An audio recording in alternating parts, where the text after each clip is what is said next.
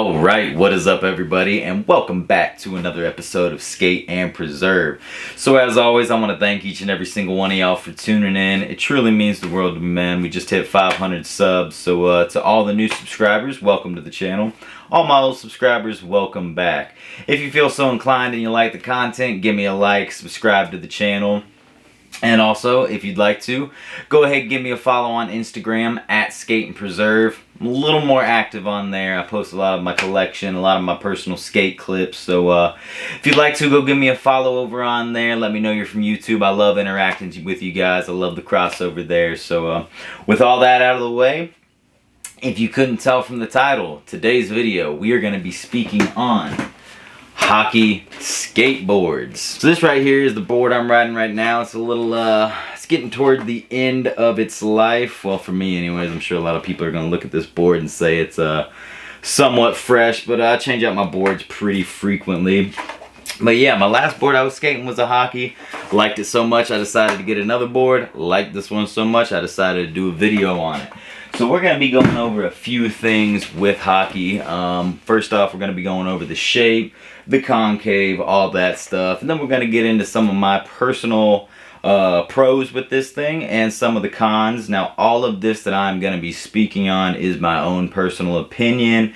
And it has to do with my own personal style of skating. So you may have a completely different opinion. You may have a completely different style of skating. So just full disclosure, this is all my personal opinion. I'm doing this video, so you might get a little information that you might want to look out for if you are looking at picking up a hockey board for your next board or in the future to skate, whatever.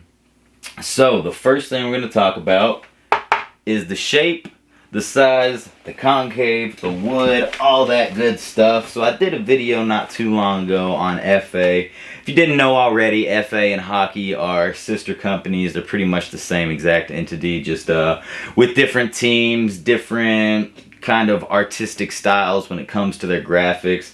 I was in the past more drawn towards FA's graphics, but here recently I have been drawn to some of the hockey graphics that have been coming out. They've been a little bit different, but kind of, you know, different enough from FA and hockey to really stand out as their own. But I don't know, I've really liked them. I've always kind of had an eye for hockey boards, but here recently, the past 2 drops or so have been absolutely choice. So yeah, I picked up a couple. So this right here is the Andrew Allen main event board. I'm gonna get a close up on this because this thing's really sick.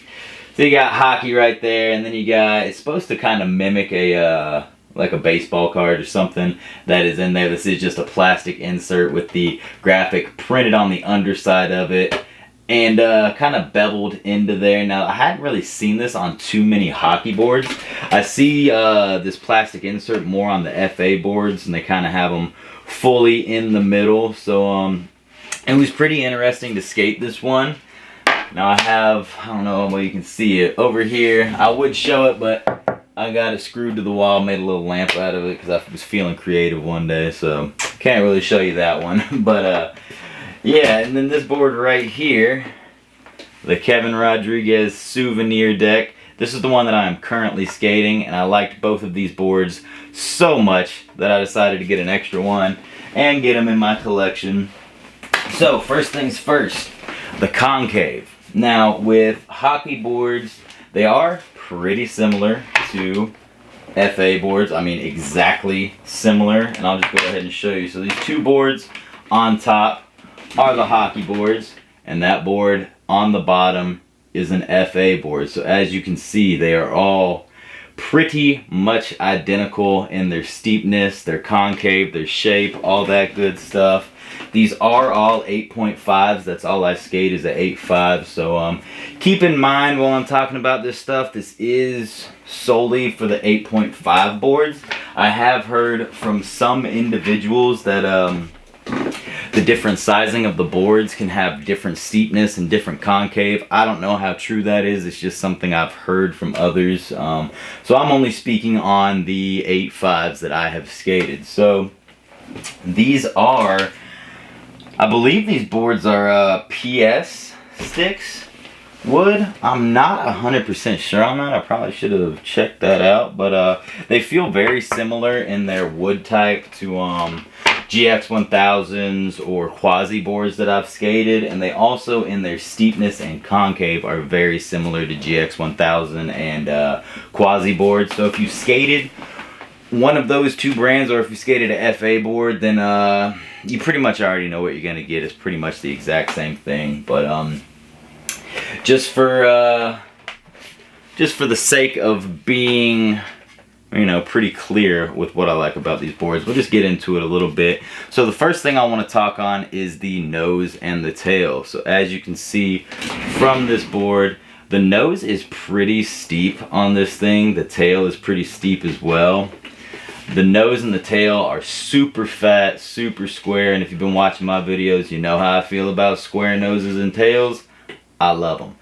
So needless to say, these boards have been really fun to ride. I've really been enjoying riding these things. The concave on here is not too crazy. I mean, not too crazy to me. It is pretty steep in comparison to other boards that you may ride, like the I don't know, like the Baker Mellow Concave. It's definitely a very drastic change in feeling. Like whenever I step on a hockey board or an FA board, I know that it's a hockey or FA board without even looking at it. They just have that really steep, really fat, wide nose, and that nice, square, spacious tail. And so that offers a couple of things that I really like when skating. Now, these boards that have the big, giant nose on them, it does offer me a little bit more wiggle room when I'm riding around. I do have pretty big feet, so just this little extra sliver right here, where instead of it being tapered, it's kind of squared off. That gives me a little more room to kind of keep my feet on. It gives me a little more wiggle room when I'm popping stuff. So that is always appreciated, especially for me who's kind of clumsy. But yeah, so I don't know how the smaller boards are going to be, but these things are really awesome. I love them. I think they're amazing. I will continue to ride hockey and FA boards because I just love them so much. But I'll get in a little more in-depth to some of the detail why I like these boards so much. So I talked about having more space with on the top of my board with my feet and whatnot, but also it does offer, because the tail and the nose on here is so steep, whenever I'm doing something like a manual trick or something, and I'm having you know, I'm having difficulty holding the manual, I'm scraping or whatever, this really steep nose, sometimes I'll spin my board around and it will offer me an extra, you know, quarter inch, half inch before my tail touches the ground while I'm holding a manual.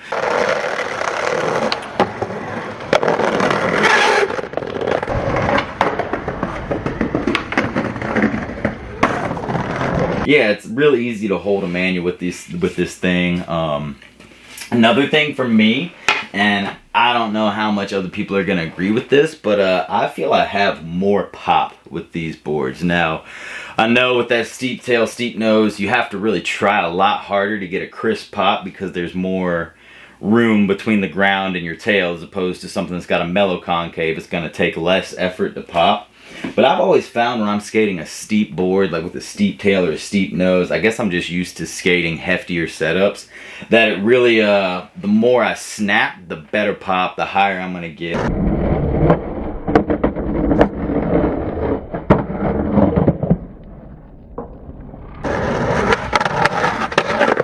I guess that's just physics, but I've come to find whenever I skate like a shallower concave board, or a board that doesn't have a steep tail or nose, and I get that easy pop, it's almost unnatural for me. It's harder to kind of control for me. Now again, that's my personal opinion, but you know, I have had a few tricks here recently where I snapped up onto a tall ass ledge that I hadn't been able to get on in the past, and it was super awesome feeling to me, you know. But yeah, I've also had a lot of more control with my pop shove-its, my no complies. This board is so squared off on the tail and on the nose, it allows me to kind of shove it out of tricks a little bit easier. And it also allows me while I'm skating to do no complies a little bit easier rather than on like a board that has a tapered tail. When you go to do like a no comply 180, I've found with that tapered tail, the board will kind of flip rather than just doing a full scoop 180. And I think that's because there's a lot of tail touching. I really don't have to try that much when doing a any shove variation or no comply variation, whether it's a no comply shove, regular no comply 180, whatever. I always find that it's they sit a little bit more flat and I have a little more control over them. Another thing is easier nose slides and tail slides, because I've got so much nose to kind of sit on and so much tail. Really allows me to sit into tail slides or nose slides and hold them for a really long time.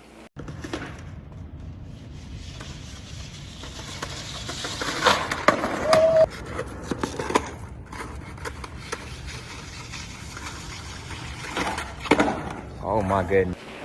So I'm always super appreciative of that, because the more wiggle room, the better I feel, in my opinion. Now, a lot of these boards, well, some of them, have these embossed graphics on them. I don't know how well you can see that, but this graphic right here is raised up ever so slightly. And a lot of the FA boards and hockey boards have that on them. And I have noticed when I'm doing like a board slide or something like that, or a nose slide or a tail slide or whatever, because there's less board, rather than it being like the full flat graphic, my whole nose is touching, that little bit of raised up graphic for a little while until it gets ground down offers a little bit less traction, and it allows me to really slide through stuff a bit easier.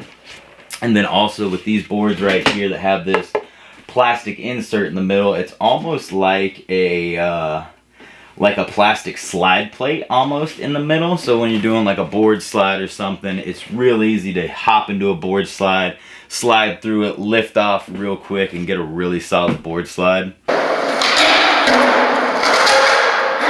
But that also offers with these plastic things, I had never thought about it until I was skating this one spot a little while back, and we had a pole jam set up that I'd stuck in a hole, and I just went to kind of mess around with it, and came to find out that this right here, when you're doing, I mean, I know that's kind of a niche trick, doing a rock to fakie on a pole jam or a rock pivot on a pole jam, but I found that this right here really holds into the pole jam and really offers a lot of grip in that extent, but not so much to where I can't break out of it.